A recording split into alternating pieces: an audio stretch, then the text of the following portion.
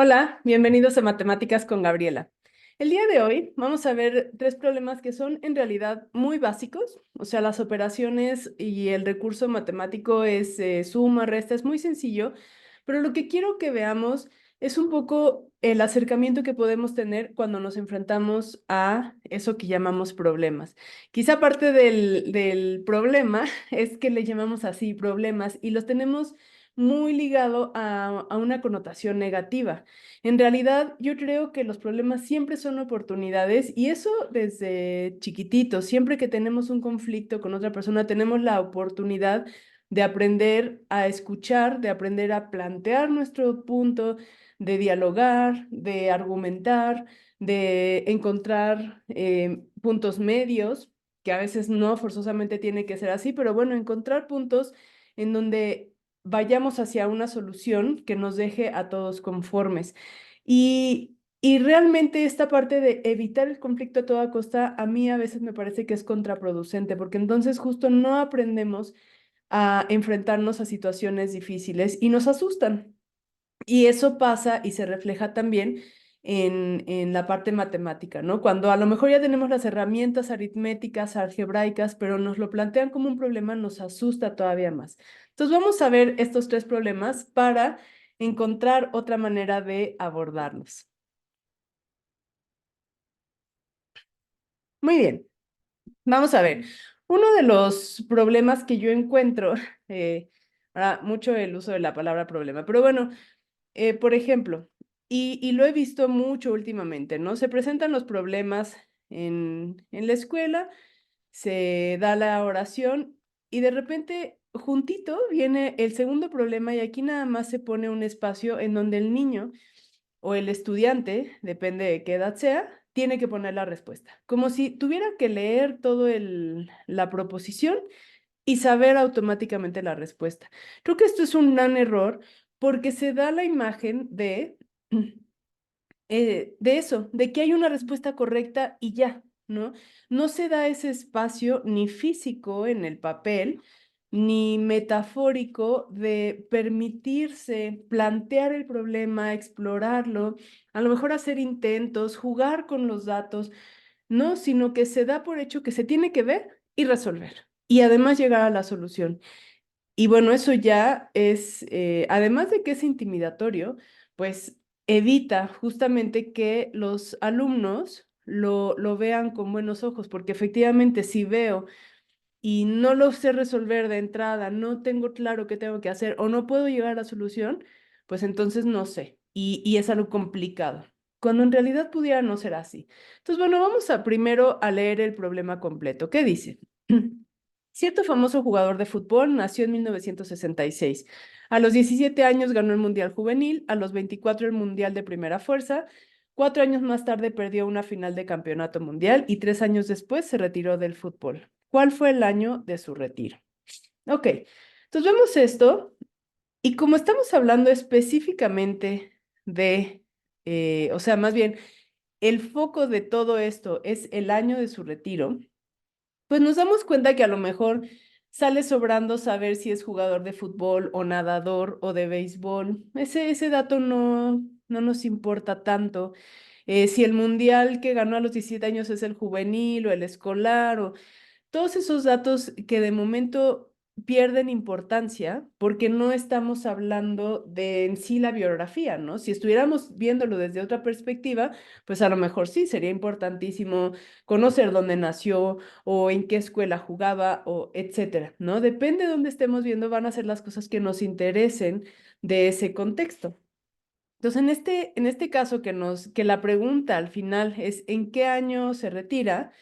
Bueno, pues nos interesa el año en el que nació, a los 17 años. Este dato no nos dice exactamente qué año es en el que gana el Mundial Juvenil, pero sabiendo que es a los 17 años vamos a poder deducirlo. A los 24 años nos dan otro dato, 4 años más tarde y 3 años después, ¿no? Entonces, ya desde ahí podemos extraer los datos que son realmente relevantes a lo que queremos saber. Entonces, nace en 1966. Y aquí es donde es importantísimo encontrar este espacio. A lo mejor en la hoja donde yo esté resolviendo no viene el espacio para yo desarrollarlo, pero puedo darle la vuelta, puedo pedir una hoja o puedo yo tener otra hoja, pero que yo tenga este espacio de explorar lo que me están diciendo. No tengo por qué automáticamente saber el resultado. Si yo no lo sé hacer con problemas así de sencillos, va a ser más complicado que me enfrente con esa libertad y con esa confianza a problemas más complejos. Entonces, a los 17 años, o sea, esta es su edad, gana otro mundial, sí, gana el mundial juvenil. Luego, otra vez a la edad de 24, gana otro campeonato. Luego, más 4 años. Aquí ya no me dan ni la edad ni el año, sino aumenta 4 años, pierde, o sea, hay un suceso, pongo pierde nada más para ubicarme en qué dato voy, y 3 años después, más 3 años, se retira. Entonces, esto como yo lo estoy poniendo es una opción. A lo mejor yo podría poner una línea de tiempo, ¿no? Y poner 1966 y poner a los 17 años qué año sería, a los 24 años qué año sería, más 4 años, etcétera, ¿no? A lo mejor esa línea de tiempo a mí me facilitaría más. En fin, no hay una sola manera de poner los datos, pero es importante que yo los pueda visualizar, que los pueda extraer y visualizarlos de alguna manera que a mí me facilite las cosas. Entonces, bueno, mi punto de partida es 1966. Como yo aquí en la edad de 17 podría sumar 17 y llegar a este año, pero después voy a sumar a 1966 24 para conocer el año, pues me voy directo acá. Entonces mejor sumo 24 y me da 1990. Ok, ya estoy en este año que es 1990 y me dicen 4 años después pierde algo más, entonces eso significa que pierde en 1994. Esto es aquí. Y 3 años después se retira. Esto es aquí. Luego, importante, de repente yo puedo hacer todo esto, pero a lo mejor me están preguntando qué edad tenía, ¿no? Entonces mi procedimiento hubiera tenido que ser otro, o llegando aquí, tengo que hacer otro procedimiento para conocer la edad, pero me están preguntando específicamente cuál fue el año que se retira, pues ya lo tengo. Su año de retiro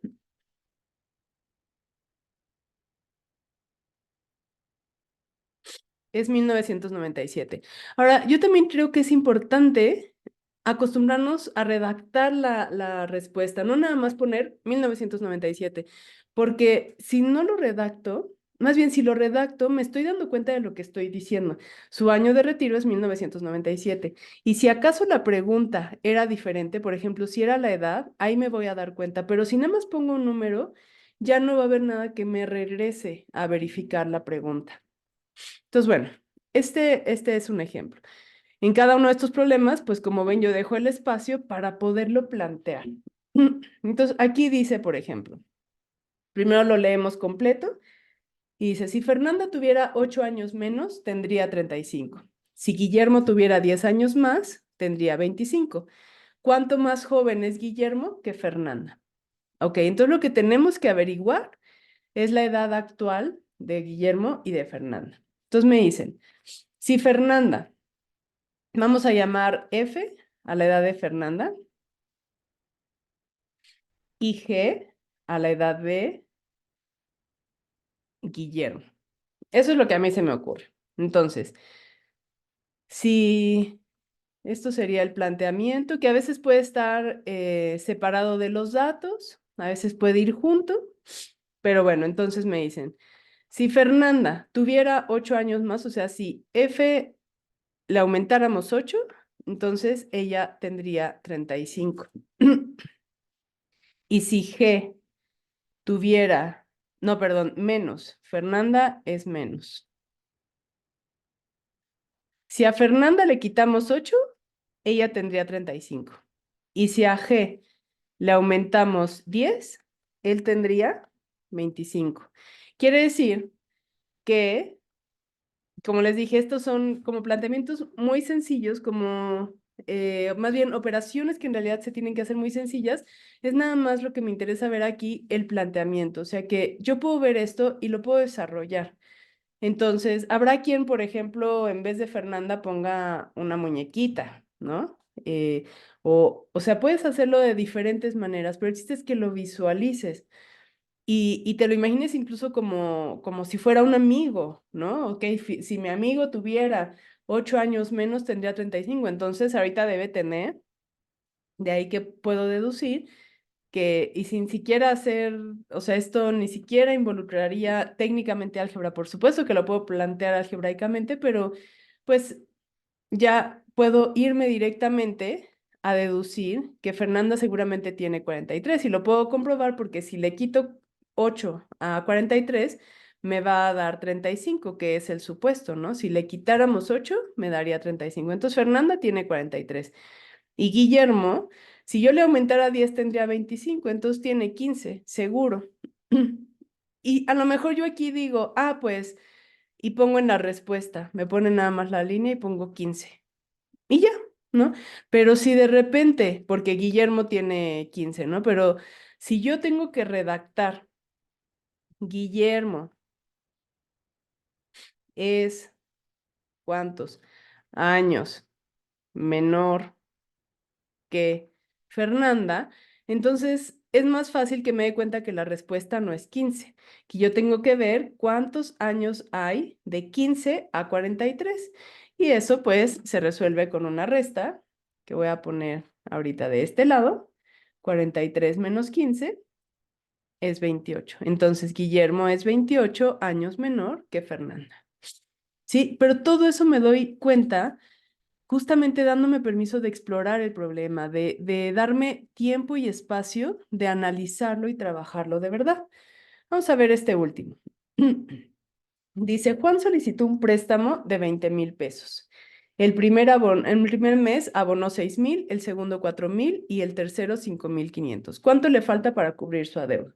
Ok, entonces, datos o planteamiento. Juan pidió 20,000. Luego, el primer mes dio 6,000. El segundo mes dio 4,000. El tercer mes dio 5,500. Entonces, de aquí yo me puedo preguntar, ¿cuánto, cuánto ha dado? ¿No? Entonces, esto yo incluso lo puedo plantear como números negativos y positivos. O sea, él pidió, debe 20,000 y luego dio 6,000, dio 4,000, dio 5,500.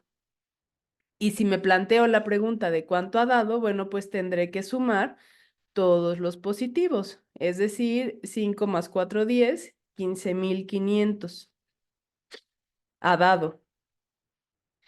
El yo hacer, o sea, impulsarme a así dar el razonamiento de lo que significan esos 15,500 va a evitar que yo dé la respuesta de 15,500 como respuesta final, porque esto es lo que ha dado y la pregunta es cuánto le falta. Entonces, si él debía 20,000 y ha dado 15,500, el resultado de esto es 4,500 menos 4,500. Esto es lo que debe. El mismo signo me lo indica. O sea, puedo usarlo así con signos o puedo simplemente hacer el razonamiento de cuánto ha dado tanto, pues entonces le falta, aunque no use técnicamente la parte de los signos. Yo lo puedo plantear como yo quiera, pero el chiste es darme ese espacio de plantearme, de entender los datos y fijarme bien lo que me están preguntando, plantearme qué me va a llevar a eso. Entonces, le faltan 4,500 por pagar. Ahí me puedo dar cuenta si efectivamente ya llegué a la respuesta que me están pidiendo o me falta hacer algo más. Entonces, bueno, son, como mencioné, pues solo 3 problemas muy sencillos en realidad, no requieren más que suma, resta, eh, y un poco de razonamiento. Lo que me interesa es eso, ver que cuando yo me enfrento a un problema, o sea, en realidad puede ser un problema mucho más complicado de esto, pero yo necesito primero pararme, aceptar la invitación del reto, de a ver qué caminos puedo encontrar. Nunca hay un solo camino y un problema no tiene que ser algo negativo. Un problema puede ser la oportunidad de encontrar nuevas formas, de conocer otros caminos, de aprender, de saber también qué me falta a mí trabajar, qué tengo que reforzar de lo que yo creía que ya sabía. En fin, un problema para mí son oportunidades y eso aplica desde las matemáticas hasta cualquier área de la vida. Yo tengo un conflicto y tengo la posibilidad enfrente de aprender a comunicarme de una nueva manera. Esa es la invitación. Eso es un poco lo que quiero transmitir con este video de planteamiento de problemas. Más adelante vamos a seguir haciendo otros problemas ya más elaborados, con más recursos de matemáticas, de aritmética, de álgebra, pero lo básico que es ese enfrentarme y ese aceptar el reto va desde cero, desde los problemas más sencillos, y esa es la invitación. Si tienes alguna duda o algo no queda claro, pues por favor déjamelo saber en los comentarios. Si te gustan y te ayudan estos videos, por favor compártelos, suscríbete, dale like y nos vemos en la próxima. Gracias.